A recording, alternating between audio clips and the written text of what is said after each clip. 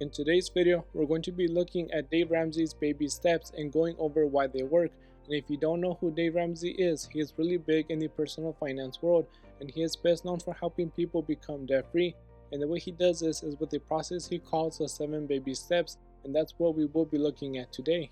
So let's start with the first baby step, and that is to save $1,000 for an emergency fund. The reality is that unexpected things will happen and you need to be prepared to handle whatever comes up, and that can be something simple like your car breaking down, or it can be a major life event like getting laid off from the job you've been at for 20 years. Now obviously $1,000 is not going to catch every single emergency, especially not the big ones, but it will cover all the small emergencies that are more likely to happen on a day-to-day basis.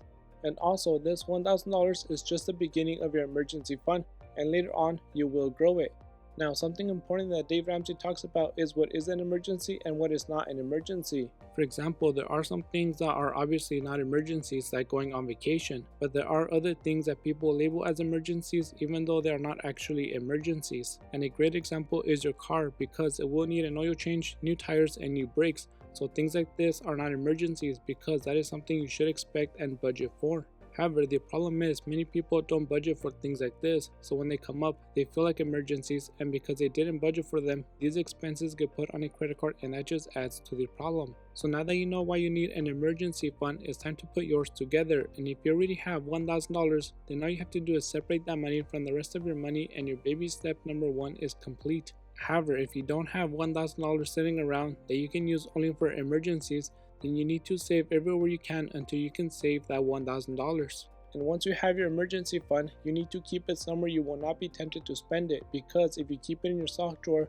then the chances you quote unquote borrow from it are greater. Then you also don't want to keep this money in your checking account, because this money is only for emergencies, and when it is mixed with the money that you use on a daily basis, you will use your emergency fund money on other things. And if you have an unexpected expense during the same time, then you have no way of paying for it without using debt. Now, the reason why this baby step works is because when you begin paying off debt without having some money set aside and you have an emergency come up, then you will resort to using debt to cover that expense. So it's like you work so hard to pay off the debt only to end up right back where you started. And this whole 2 steps forward and 3 steps backwards is what makes people feel like they will never get to a point of being debt free. But when you have some money set aside, any expenses that come up can be taken care of without throwing off your debt repayment strategy. So once you have your $1,000 saved, you can move on to baby step number 2, and this is where you will begin paying off all of your debt. And that can be a loan from mom and dad or credit card debt. However, the one debt that you will not include in this baby step is your mortgage, and that's because there is a separate baby step for that. Now, Dave Ramsey recommends that people use the debt snowball method for paying off their debt, and the way this method works is by listing all of your debt, beginning with the smallest and ending with the largest debt. And the reason for listing the smallest debt first is so you begin to see progress very quickly and begin to get excited for paying off your debt. And even though paying off a small $50 or $100 debt is not going to make a huge difference mathematically, it will motivate you to continue crossing off your debts, and this is the main reason for using the debt snowball method. So once you have everything listed, you will make the minimum payment on everything except your smallest debt, and for that one, you will pay as much as you can every month. And once that small debt is paid off, you can move on to the next debt. And whatever dollar amount you were paying towards the previous debt, you will use that to pay off your next debt on your list while you're still making the minimum payments on everything. And then when you have paid off your second debt, you will move on to the next debt, and you will continue this process until you are debt free. Now, the reason why this works is because personal finance is not just about looking at numbers and making a decision based on that. It has a lot to do with psychology. So when people begin to see their debt going away, it makes them feel empowered to continue paying off their debt. But also, the further down you go on your list, the more progress you will see, because the money you were using to pay the debts at the top of the list are now going towards the debts at the bottom of the list. So you could find yourself paying $1,000 every month on a credit card, and at that rate, the debt will be gone quickly. Now let's say that during the time you're working on paying off your debt, something happens like the AC in your house stops working in the middle of a hot Arizona summer, and it costs you $500 to get it fixed. But because you have an emergency fund, you will pay for that repair using that money. But now that means your fund is only at $500 and not $1,000. So when this happens, you simply pause baby step number 2 while you're still making all of your minimum payments, and you work on getting your emergency fund back to $1,000. And once it's there, you go back to working on paying off your debt. So once you are debt free minus your mortgage, you can move on to baby step number 3, and that is having a fully funded emergency fund. Now, Dave Ramsey recommends you have anywhere from 3 to 6 months of living expenses. So if your expenses are $3,000 per month, then you should have between $9,000 and $18,000 saved. And even though you already have $1,000 saved, that will only catch you small things in life, but it will not catch the big things. So if you get laid off or you cannot work for whatever reason, you want to have some savings that will help you survive for a few months without having to go back into debt. Now, whether you go with 3 or 6 months depends on you. If you have been at your job for a long time and you feel there's little chance of that job going away, then you can go with 3 months. Or if you have multiple sources of income, then you can also go with 3 months. But if you work based off commission, then there is a higher chance you can go a longer time without a paycheck. So in that case, you might want to go with 6 months. Now this baby step is important because at this point you are debt free and now your focus should be to stay debt free.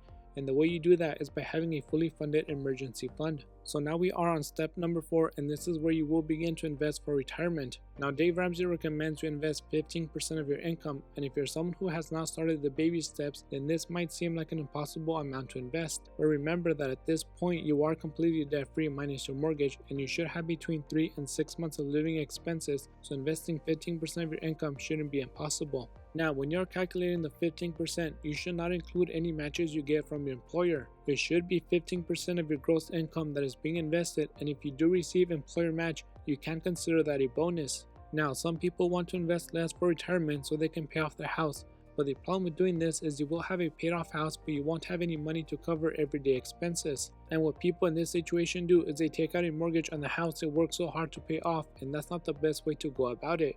So for that reason, you should invest for retirement first and then focus on paying off your house. Then Dave Ramsey recommends you invest 15%, but if you're someone who has a high paying job and you're able to keep your expenses low, then you should be investing as much as you can, because the more you invest now, the longer that money has to grow and compound, and that means you will have more money in retirement. Now we can move on to baby step number 5, and that is setting up a college fund for your kids. It is estimated that on average, parents only have about $18,000 saved for college, and about 35% of parents are not saving anything. So why is that? Well, the reason is because you cannot save for college when you are in debt, when you don't have an emergency fund, and when your overall finances are a mess. Now, the reason why saving for college is baby step number 5 is because if you start saving for college before you become debt free or set up an emergency fund, then you will tap into the college fund to pay the bills if you get laid off or if you have any other emergencies. So by the time you get to baby step number 5, you will have a strong foundation and saving for college will be much easier. Now, if you don't have kids or if you have kids but they are past college, then you simply skip this step and the money you would have saved for college can go into your retirement account or you can use it for the next baby step. Now, baby step number 6 is paying off your mortgage and becoming completely debt free. Now, I've talked about paying off your house in past videos, and on one hand, paying off your mortgage does not make sense, but on the other hand, there is a good reason why you would want to pay off your mortgage early.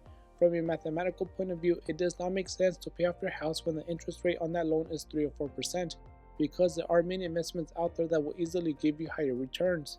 For example, if you invested in some stocks and you achieved a 9% return, then 4% will cover the interest you're paying on your mortgage and the other 5% is money in your pocket. However, the benefit of paying off your house early is you have peace of mind that if something were to change in your life, then you will not find yourself in a situation where you cannot make the house payments and it goes into foreclosure. Whether you decide to pay off your mortgage early or not really depends on what your financial goals are.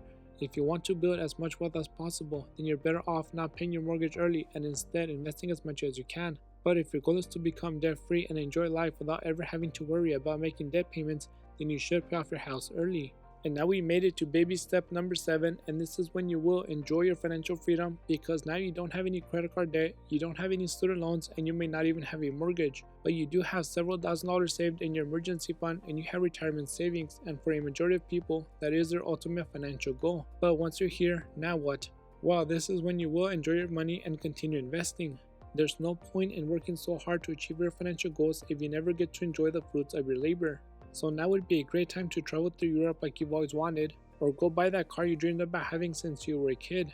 However, that does not mean you stop doing the things that helped you get to this point, so you must continue investing and building wealth so that one day you can pass that wealth on to your kids or grandkids.